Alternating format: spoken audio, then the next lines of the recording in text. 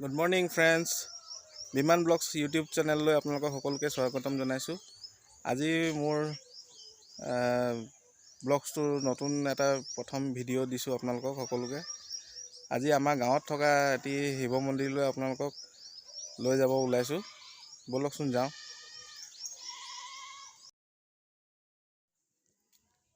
আমাৰ গাঁওখনিৰ পৰিৱেশটো আপোনালোকক দেখাইছোঁ অলপ কেনেকুৱা আছে।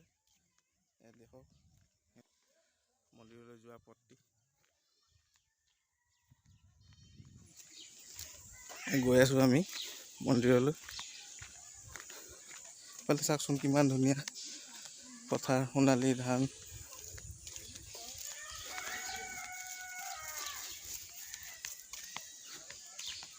আহি পাইছোঁহি আৰু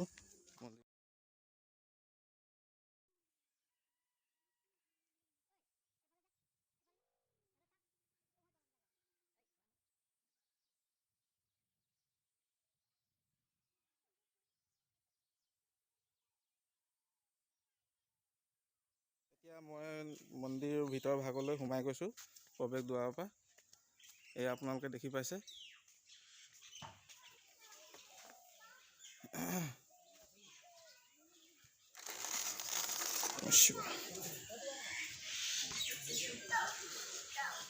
এয়া মই এতিয়া নামঘৰৰ ভিতৰ ভাগত আছোঁ। এয়া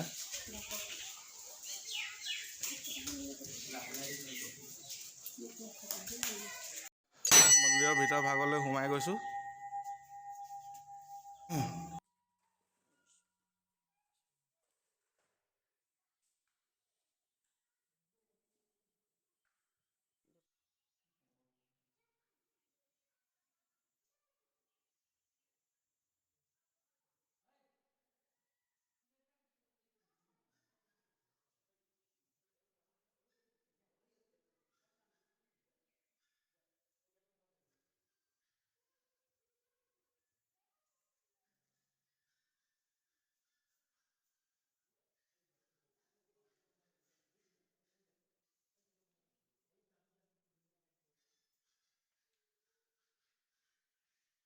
কৰিলোঁ। এই মন্দিৰটোৰ অলপ কিছুমান বৈশিষ্ট্য আছে, আপোনালোকক মই সকলোৱে জনাম। ইয়াত আপোনালোকে দেখি পাইছে, ইয়াত এটা কুঁৱা সদৃশ্য এটা পৰিৱেশ, কুঁৱাই হয়। সেইটো আপোনালোকক জনাম আৰু তাৰ বৈশিষ্ট্যখিনি কি আছে ইয়াত, আৰু কেনেকৈ এই মন্দিৰটো প্ৰতিষ্ঠা হ'ল তাৰ বিষয়ে মই বহলভাৱে আমাৰ এতিয়া মই বাহিৰলৈ গৈছোঁ মন্দিৰৰ ভাগৰ পৰা।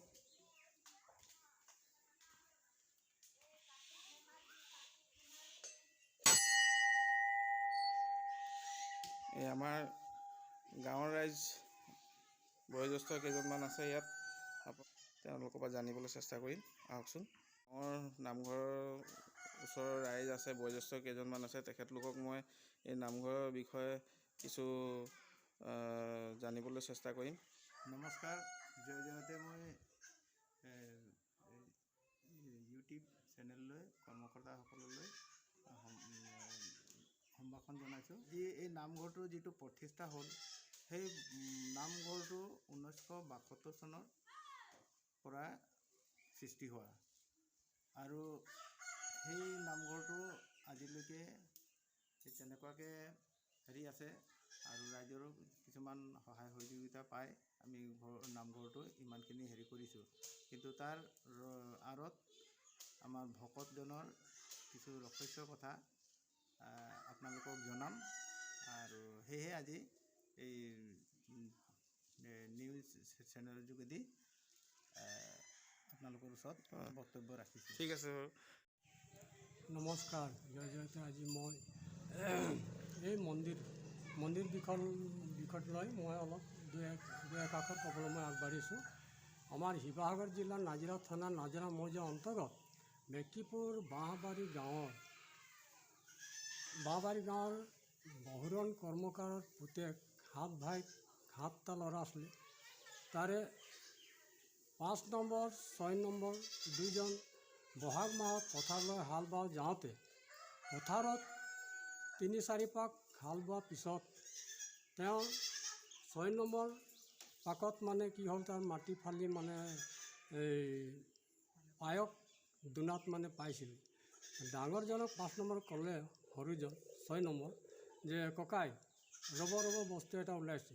তাৰপাছত দুভাই ককাই চালে, ডাঙৰজন কৈছে কি বস্তু চাওঁ বোলে, ইয়াত বোলে কি ওলাইছে। সেই পাত দুনাটোত তাত মানে পায়স পালে, ধোঁৱা ওলাইছে, মাটি ফাটি ওলালে। তেতিয়া ভাইটো কৈছে যে এইটো কি কৰিব লাগে। ডাঙৰজন কৈছে 5 নম্বৰ যে এইটো খোৱা বস্তু, এইটো খাব লাগিব। খোৱাৰ পিছত খাই আৰু পাতটো ধুই মেলি পেলাই দিলে। পেলাই দিয়াৰ পিছত ঘূৰি আহি চাইছে পাতখিলাটো নাই। তাৰপাছত ক'লে যে আমি এইটো কাকো নকওঁ, কি হ'ব এই বস্তুত আমি প্ৰমাণ কৰিব লাগে। তাৰপাছত এই ভকতজন 2-3 দিনৰ পিছত যেতিয়া হৈ ঘৰত মানে শুলে, দেৱতাৰ লগত বা ভগৱানৰ লগত কিবা কথা পাতে, আমি সেইবোৰ নাজানো। কিন্তু তেওঁৰ ককা ভাই, মা দেউতা কৈছিল যে ল'ৰাটো কিবা বলিয়া হ'ল নেকি বুলি। তো তাৰপাছত জনাজাত মানুহ এজন আছিলে আমাৰ মেকিপুৰ বাগানৰ, তাৰ নাম আছিলে নীলেশ্বৰ। ঠিক তাক সুধিলে, সি ক'লে যে এই ল'ৰাটো বলিয়া হোৱা নাই, ভগৱানৰ কথা যদি কৈছে বলিয়া হোৱা নাই, কিন্তু এইটো আমি চাব লাগিব কি কয়, তাৰ মুখৰ বাক্যত কি ওলাইছে। নহয় বোলে অকল ভগৱানৰ মানে তেওঁ ভগৱান দৰ্শন পাইছিলে, নহয় ভগৱানৰ কথা কৈছিলে। তো শুই থকাত সপোন পাইছিলে। তেতিয়া চবেই শুনিছে, নহয় বোলে ভগৱানৰ কথা কৈছে, সেইটোতো বলিয়া নহয়, দেওভূত লগা নাই, সেইটো ঠিক ভগৱানৰ কিবা কৃপা হ'ব পাৰে, এনেকুৱা বুলি চবেই ধৰিলে কথাটো। তাৰপাছত সেই সপোন পাই থকাত গাঁৱৰ ৰাইজে 2-4টা ভাই ককাহঁতি চবেই তাক মানে শুই থকাত মানে চবেই মানে ঘেৰা কৰি তাত বহি থাকে, তাৰ সপোনৰ কথা কি কথা পাতে এইটো শুনি থাকে। তেতিয়া আৰু কৈছে যে আপোনালোকক মই চবেই গাঁৱৰ ৰাইজক কৈছোঁ যে ইয়াত ভগৱানৰ নাম ল'ব লাগে, কীৰ্তন কৰিব লাগে। ভগৱানৰ নাম কেনেকৈ ল'ব লাগে? তেতিয়া কৈছে, নহয় মই শিকাই দিম। কেনেকৈ শিকাব লাগে? নহয় ঢোলে খোলে লৈ মই ভগৱানৰ নাম ল'বৰ কাৰণে মই এইটো শিকাই দিম। তাৰপাছত ক'লে যে য'ত ধূপ ধূনা কৰিছিলে সেইটো পাকঘৰ আছিলে, সেই পাকঘৰত ধূপ ধূনা কৰিলে। তেতিয়া ক'লে যে এইটো নামঘৰ হ'ব লাগিব, এইটো পাকঘৰ নহ'ব, এইটো মানে এটা সৰু মূল এটা মন্দিৰ এটা বনাব লাগে। তেওঁলোকৰ পাকঘৰতে বস্তুটো হেৰি হৈছে, পাকঘৰ আছিলে মানে। তেতিয়া মানে এই পাকঘৰত সেইটো ভাঙি মেলি এইটো বাঁহৰ মন্দিৰ এটা বনালে, সৰু মৰু আৰু। সেই মন্দিৰটো যেতিয়া ক'লে যে আপোনালোকৰ ৰাইজে চবেই মিলিজুলি ইয়াত 1 মাহ যদি ভগৱানৰ নাম ল'লে ইয়াত ভগৱানৰ দৰ্শন দেব। কেনেকুৱা দেব? নহয় বোলে শিৱৰ লিংগ হিচাপে ওলাব ইয়াত, এইটো কৈছিলে। তেতিয়া আৰু গাঁৱৰ ৰাইজ এই কথাটো শুনি চবেই আৰু ধৰিলে, নামঘৰ বনালে। নামঘৰ বনোৱাৰ পিছতে এইটো নাম কীৰ্তন ধৰিলে। নাম কীৰ্তনটো কৰিবলৈ শিকালে কোনে? এই তাৰ নাম আছিলে মহেশ ভকত কৰ্মকাৰ, যোনজনে মানে হেৰি পাইছিলে। এই ভকতে ক'লে যে মই শিকাই দিম। কেনেকৈ শিকালে? হৰে কৃষ্ণ কৃষ্ণ কৃষ্ণ হৰে হৰে, হৰে ৰাম ৰাম ৰাম হৰে হৰে। এইয়া ক'লে যে মহামন্ত্ৰ আপোনালোকে চবেই যদি জপ কৰিলে 1 মাহ, তেতিয়া ইয়াত শিৱৰ লিংগ দৰ্শন দিব। গাঁৱৰ ৰাইজে এই কথাটো বিশ্বাস কৰি আৰু ঠিকেই চবেই আৰু মন ধ্যান দি চবেই ভকত আহি আৰু ইয়াত নাম কীৰ্তন কৰিবলৈ ধৰিলে। নাম কীৰ্তন কৰা ঠিক 1 মাহৰ পিছত শিৱৰ লিংগ এটা ওলালে। সেই শিৱৰ লিংগ ওলোৱাত মানে আমাৰ ইয়াত ওচৰ চুবুৰীয়া যাৰ যিটো ভাগ্য আছিলে, চবেই মানুহ যেইকেইটা আৰু ভাগ্য আছিলে সেইকেইটা চাবলৈ পালে গাঁৱৰ মানুহ। কিন্তু একবাৰ নহয়, কমচে কম 11 বাৰ ওলালে। এই মন্দিৰত 11 বাৰ কি ওলাইছিলে? এইটো শিৱৰ লিংগ এটা ওলাইছিলে। যেনেকুৱা ফটোত আপোনালোকে দেখিছে যে শিৱৰ মূৰ্তি বুলি, ঠিক তেনেকুৱা ওলাইছিলে। মই চালোঁ, আপোনালোকে দেখিলে? নিজে সকলোৱে দেখিছিলে? সকলোৱে মানে যাৰ যিটো ভাগ্য আছিলে চবেইটো চাবলৈ পালে। কিন্তু এইটো সঁচা হয়। এইটো হ'ল কি 1972 চনত, 1972 চনত এইটো মে' মাহৰ কথা। গতিকে ঠিক তেনেকুৱা আমাক মানে 10-11 বাৰ এইটো দেখুৱাই দিলে। আৰু আমাৰ ভকতজনে কৈছিলে যে বস্তুটো এতিয়া মই যিটো দেখুৱাইছোঁ, কিন্তু বস্তুত প্ৰচাৰ কৰিব নালাগে। মানে গাঁৱৰ ৰাইজে কৈছিলে যে প্ৰচাৰ কৰিব নালাগে। সেই অনুপাতে আমাৰ এই বস্তু ঠপ হৈ থাকিলে। আমাৰ গাঁৱৰ ৰাইজ ধৰি থৈছে। এইটো আমাৰ বাঁহৰ ঝুপৰি আছিলে, খেৰ ঘৰ আছিলে। এতিয়া লাহে লাহে ধৰ অলপ চলপ পকা হ'ল আৰু এইটো ৰাইজে আৰু দেখিবলৈ পাইছে। এইটো ৰাইজে কৰিলে। হে গতিকে এতিয়া একো চৰকাৰ ফালৰ পৰা কিবা পাইছে নেকি আপোনালোকে? চৰকাৰ ফালৰ পৰা যেতিয়া হিতেশ্বৰ শইকীয়া নাজিৰাৰ মন্ত্ৰী আছিলে, অসমৰ মুখ্যমন্ত্ৰী আছিলে, তেতিয়া মানে টিং 2 বান্দোল দিছিলে। হয়। তাৰ পাছত আমাৰ আকৌ কি বুলি কয় এই লক্ষী সন্ধি কৈ সি তেওঁ এই শংকৰ দাস আছিলে, সি দিলে এই 40,000 টকা দিলে, মণিকূটটো বনিলে। তাৰ পাছত আমাৰ নাজিৰা সমষ্টিত MLA দিলে মানে 50,000 টকা দিলে খুঁটা চুটা এইবোৰ বনাবৰ কাৰণে। আপোনালোকে দেখি পাইছে সকলোৱে? ইমানখিনিয়ে চৰকাৰ সাহাৰ্য পাইছোঁ আমি। বিশেষ কাৰণ মই যিমানখিনি জানো সেইটো ক'লোঁ সাহাৰ্যটো। কিন্তু আমাৰ এতিয়া তেনেকুৱা চলি আছে। আৰু আমাক কি বুলি কয় ভকতজন বহুতখিনি প্ৰমাণ দেখুৱালে। মই নিজে চকুত চাইছোঁ। মন্দিৰ মূৰ্তিৰ বিষয়টা আপোনাক এইটো জনালোঁ, এইটো কৈছোঁ। কিন্তু অন্যান্য বহুতখিনি প্ৰমাণ দেখুৱালে। এই গছৰ পাত দিলেও মানে কি চিৰা তিৰা বনাই খুৱাইছিলে, এইটো আছিলে। তাৰপৰা গাত ধুবলৈ গৈছিলে, গাত ধোৱাৰ জেগাত মানে ধৰ তাৰ ভগৱানৰ কৃপাত সিয়ে কৈছে যে মই অলপ চালোঁ এইটো যে মানে গোটেই পুখুৰীটো গাত ধোৱাৰ পিছত যেতিয়া লুটি আহিছিলে, তেতিয়া মানে পানীটো ঝাপ মাৰিলে, সেই পানীটো চাইছোঁ গোটেই পুখুৰীটো চুলি হৈ গ'ল। মই ভকতজনক সুধিছোঁ যে এইটো কি বস্তু? কৈছোঁ নহয় বোলে এইটো গংগামাই আছিলে বুলি। মই একদম সঁচাকৈ এইটো মানে গোটেই পুখুৰীটো কমচে কম স্কোৱাৰ ফুটটো হ'ব আপোনাৰ মানে 10-12 ফুট এনেকুৱা হ'ব। তেনেকুৱা জেগাত গোটেই চুলিটো হৈ যায়। ঠিক তেনেকুৱা মানে আৰু বহুতখিনি প্ৰমাণ দেখুৱালে। ঠিক আছে বাৰু, এতিয়া ইমানটোৱে হেৰি কৰিছোঁ।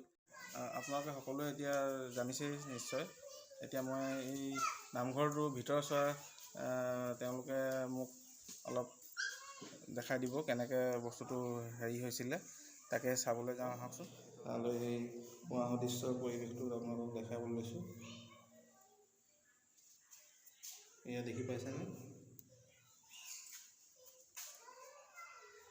এয়া এই কুঁৱাটো একেবাৰে মাটি তললৈকে হেৰিত এইটো একেবাৰে তললৈকে লাগি আছেনে? কিমান তললৈকে আপুনি কওকচোন, কিমান এইটো কেনেকৈ হেৰি হ'ল বস্তুটো? কুঁৱাটো মানে যে আপুনি মানে ইয়াত পূজা পাঠ কৰিলে 5-7 সোমাই জানো? তো মানে অলপ মানে কিবা ঢাকন চাকন দি থৈছোঁ আৰু। এইটো একেবাৰে তললৈকে আছে ন? তললৈকে আছে। এতিয়া পূজা চূজা ইয়াত কোনে কৰে? ইয়াত এতিয়া পূজাৰী হিচাপে ময়ে কৰোঁ আৰু বয়োজ্যেষ্ঠ হিচাপে আছে আৰু আমাৰ খুৰা আছে। এয়া আপোনালোকে দেখি পাইছে সকলোৱে, এই মন্দিৰৰ ভিতৰ ভাগ চোৱা। এই জেগাটোতে আপোনালোকৰ মানে শিৱ ভগৱানে দৰ্শন দিছিলে। আপোনালোক এতিয়া ইয়াত যি পৰিৱেশ দেখিছোঁ, আপোনালোকৰ ইয়াত সদায় নাম গুণ লয়নে? কিবা আমি নাম গুণ গোটেইখিনি লওঁ আৰু বৃহস্পতিবাৰ, সোমবাৰ, মঙলবাৰ গোটেই যিটো পাইছোঁ আমি বাবে সেইকাৰণে আমি গোটেই নামটো লৈছোঁ আৰু। কীৰ্তন হয় ন? কীৰ্তন হয়। ঠিকে আছে। এইফালে তেওঁৰ হেৰি সহধৰ্মিনী ভকতজনৰ আপোনাৰ নামটো? বুদ্ধেশ্বৰী কৰ্মকাৰ। আপোনাৰ হেৰিয়ে পাইছিলে ন? ঠিকে আছে। এতিয়া আপোনালোক মানে এই মন্দিৰ যেতিয়াৰ পৰা হৈছে তেতিয়াৰ পৰাই সকলোৱে জড়িত হৈ আছে ন? জড়িত হৈ আছোঁ। আৰু ইয়াত কিবা আৰু পূজা পাতল কেতিয়াবা পতা হয় নি? পূজা পাতল পতা হয়। আমাৰ যিটো শিৱৰাত্ৰিত আমি মানে প্ৰত্যেক বছৰ 24 ঘণ্টা কৰোঁ। এই অহা আমাৰ 22 চনত প্ৰায় আমি মানে যজ্ঞ এখন পাতিব লাগে 50 বছৰৰ। 50 বছৰীয়া আমি যজ্ঞ এখন পাতি ইয়াত আমি ৰাইজে এই কথাটো চবেই আলোচনা কৰি মানে 2022ত হ'বনে? 2022 চনত আমাৰ মানে 48 ঘণ্টা নাম কীৰ্তন কৰিম বুলি আমি ৰাইজে সিদ্ধান্ত কৰিছোঁ। 50 বছৰ হ'ব মন্দিৰ ভাগ। আপোনালোকে সকলোৱে দেখিলে এতিয়া মন্দিৰৰ ভিতৰৰ কেনেকুৱা প্ৰতিষ্ঠা হৈছিল, কোন চনত হৈছিল আৰু কেনেকুৱা কি ভকতজন মন্দিৰৰ মানে হেৰি হৈছিলে, তেওঁৰ আৱিৰ্ভাৱ হৈছিলে শিৱ বাবাৰ। তেওঁ বৰ্তমান এতিয়া নাই, তেওঁ ঢুকালে। কিন্তু তেওঁ গাঁৱৰ বয়োজ্যেষ্ঠসকল আৰু গাঁৱৰ সকলো ৰাইজে এতিয়াও বছৰেকীয়া ইয়াত শিৱৰাত্ৰি পাতি যায়। আপোনালোকো আহিব সকলো। আৰু আজি মই ইমানেই কৈ এই সৰু ভিডিঅ'টি সমাপ্ত কৰিছোঁ। Till then good bye. জয় অসম।